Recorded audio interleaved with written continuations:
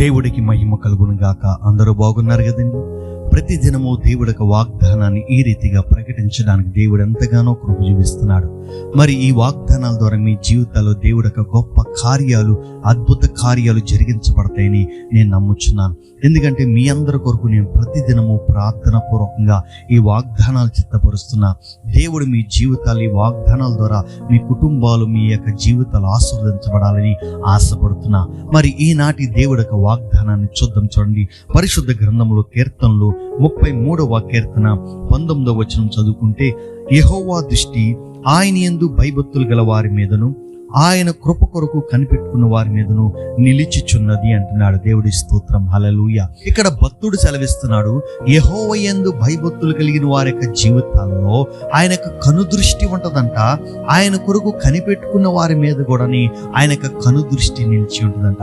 ఆయన యొక్క కనుదృష్టి మన మీద నిలిచి ఉంటే మన కష్టాల్లోంచి, మన బాధల్లోంచి, మన ఇరుకుల్లోంచి, మన ఇబ్బందికరమైన పరిస్థితుల్లోంచి, మన ప్రతికూలమైన పరిస్థితుల్లోంచి అన్ని విషయాల్లో దేవుడు మనతో ఉంటాడు. ఒకవేళ మన భక్తిహీనులుగా ఉంటే దేవుడు మనల్ని చూడడు, దేవుడు మనల్ని విడిచిపెడతాడు. అప్పుడు అనేకమైన ఇబ్బందికరమైన పరిస్థితుల్లో, ఇరుకుల్లో పడిపోయి మన జీవితాన్ని మనం పాడు చేసుకుంటాం. ఆగరు శారమ్మ దగ్గర నుండి పారిపోయింది. పారిపోతా దేవుడికి మొరపెట్టుకుంది.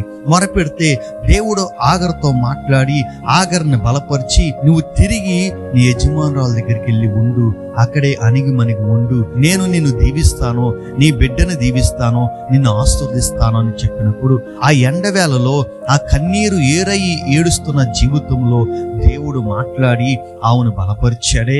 ఆగరైతే ఐగుప్తురాలు అయినప్పటికీ కూడా ఆగరనే బలపరిచాడు. నిన్ను బలపరచడా, నువ్వు దేవుడి యందు భయభక్తులు కలిగి జీవిస్తూ ఆయన కృప కోసం కనిపెట్టుకుంటూ ఆయన యొక్క సన్నిధిలో నువ్వు దేవుడి సన్నిధిలో మొరపెడితే గనక ఖచ్చితంగా దేవుడు నీ ప్రార్థన ఆలకిస్తాడు. ఖచ్చితంగా నీ సమస్యల నుంచి విడిపించబడతావు.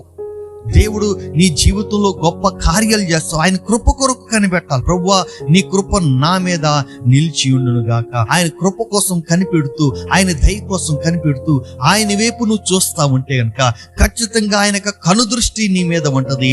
నీకు కావాల్సినన్ని కూడా దేవుడు సమకూరుస్తాడు. ఇశ్రాయేలుని కాపాడువాడు కునుకుడు నిద్రపోవడం సెలవిచ్చి ఉన్నాడు. నీ జీవితంలో నిన్ను కాపాడకుండా ఉంటాడా? నిన్ను రక్షించకుండా ఉంటాడా? నీ సమస్యల నుంచి విడిపించకుండా ఉంటాడా? ఆయన ఖచ్చితంగా నీ బాధలోంచి, కష్టాల్లోంచి, ఇబ్బందికరమైన పరిస్థితుల్లోంచి దేవుడు విడిపిస్తాడు. కానీ మనం ఒకటి చేయాలి, ఆయన యందు భయభక్తులు కలిగి జీవిస్తూ ఆయన కృప కోసం కనిపెట్టుకుంటుంటే దేవుడు ఖచ్చితంగా మన జీవితాల్లో గొప్ప కార్యాలు జరిగిస్తాడు, అద్భుత కార్యాలు జరిగిస్తాడు, సూచక క్రియలు జరిగిస్తాడు. మరి ఆయన కృప కోసం కనిపెట్టుకుందామా?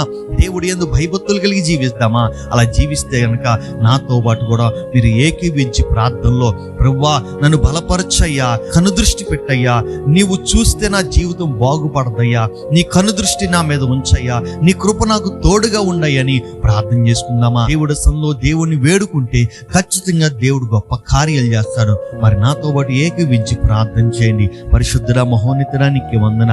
నీ యందు భయభక్తులు కలిగిన వారి జీవితంలో అయా నువ్వు కనుదృష్టి పెడతావు. నీ కృప కోసం ఎదురు చూస్తున్న వారిలో నీ కనుదృష్టి పెట్టి వారికి కావాల్సిన సమస్తం ఇచ్చి వారిని కాపాడుకుంటూ వారిని దీవించి వారిని ఆశీర్వదిస్తావు. మరి అట్టి కృప దయ వారందరికి దయచేయమని, అయా బిడ్డలందరినీ దీవించమని మహిమా గ్రంథ ప్రభావం నీకే ఆరోపిస్తూ యేసు నామములో అడుచున్నాము తండ్రి, ఆమేన్. ప్రియ సహోదరులారా, వాగ్దానం అయితే నేను నమ్మి విశ్వసిస్తున్నాను. మీరు కూడా నమ్మండి, విశ్వసించండి. విశ్వసించి దేవుడి యొక్క కార్యాలు పొందుకోండి. ఈ వాగ్దానం విన్న మీరు మీ మట్టికి కాక అనేక మందికి షేర్ చేయండి, సబ్స్క్రైబ్ చేయమని చెప్పండి, లైక్ చేయమని చెప్పండి. దాని ద్వారా దేవుడి యొక్క సువార్త విస్తరించబడది. అనేక మంది జీవితాల్లో దేవుడి యొక్క వాక్యము వెలిగించబడది. దేవుడి యొక్క పనిలో మీరు కూడా పాలిభాగస్తులు అవుతాడు. దేవుడు మిమ్మల్ని బహుగా దీవించి ఆశీర్వాదకర్తలుగా చేస్తాడు. దేవుడు మిమ్మల్ని దీవించును గాక. ఆమేన్.